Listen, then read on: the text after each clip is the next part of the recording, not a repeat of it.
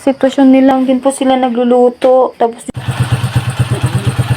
inumin ko na lang po ng gamot tong mga bata bago na lang po ako alas.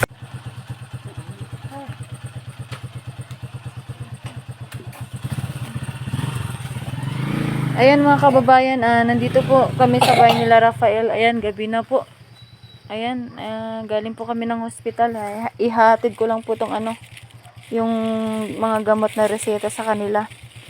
Ayan, at bukas po malalaman yung resulta ng kanilang x-ray sa laboratory. Ayan. Ayan po, nakakaawa po yung kanilang sitwasyon, no? Wala po silang ilaw. Ayan. Wala pong ilaw yung kanilang bahay. Grabe, nakakaawa naman itong magkakapatid na to.